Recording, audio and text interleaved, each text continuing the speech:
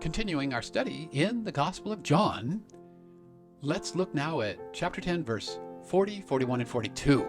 This is geographic withdrawal and ministry progress. In Jerusalem, they wanted to kill him. But far from Jerusalem, outside of Jerusalem, they believe. Chapter 10, verse 40. And he went out again across the Jordan to the place where John was first baptizing, and he remained there. John 1, 19 through 36 tells about John the Baptist's ministry. That location, Bethany across the Jordan, is mentioned in chapter 1, verse 28. According to Rainier Riesner in his article, Bethany Beyond the Jordan, John 1:28, in Tyndale Bulletin in 1987, that Bethany was probably what the Old Testament called Bashan, northeast, just northeast of the Sea of Galilee. The Lord retreated, not because he was afraid.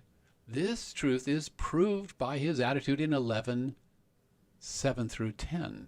He went across the Jordan because in Jerusalem he could not win people because of the increasingly violent opposition. Chapter 10, verse 41. And many came to him, and they were saying, on the one hand, John did no sign, and on the other hand, all that John said concerning him was true. Of course, this is John the Baptist that they're referring to. Just because there was opposition in Jerusalem didn't mean that the ministry must stop. People whose hearts were open to him came to that place across the Jordan.